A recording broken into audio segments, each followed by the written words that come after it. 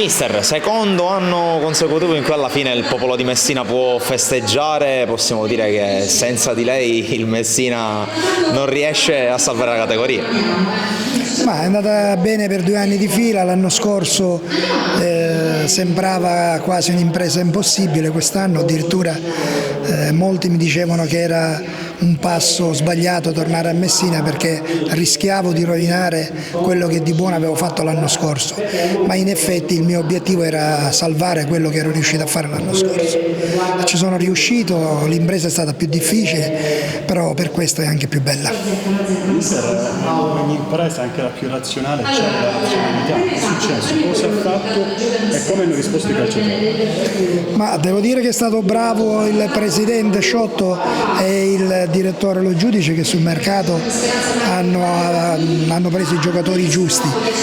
Li abbiamo con molta attenzione selezionati, siamo riusciti a prenderli e la nostra fortuna è stata quella che oltre a dei giocatori importanti abbiamo trovato degli uomini veri e quello è quello che ci ha dato la spinta in più.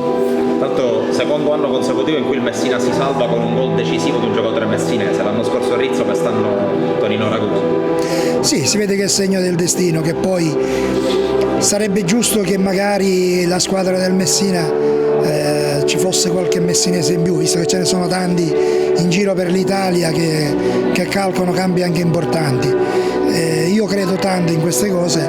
L'anno scorso Peppe Rizzo, quest'anno prima della partita avevo detto ad Antonio Ragusa sarebbe bello che riuscissi a segnare con la fascia al braccio, così come è successo l'anno scorso a Peppe, e Antonio mi ha guardato in faccia, non mi ha risposto, però è stato veramente qualcosa di eccezionale vederlo correre sotto la curva con tutta la sua felicità.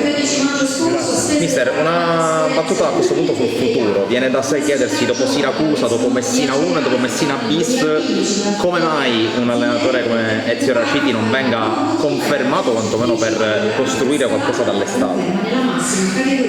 Ma a Siracusa la società poi fallì, di conseguenza non c'è stata continuità. L'anno scorso a Messina il presidente in un primo momento mi aveva confermato, poi Pitino scelse altre strade, io ne ha presi delle intenzioni della società al fine giugno, perché fino a quel periodo pensavo che sarei rimasto alla guida del Messina.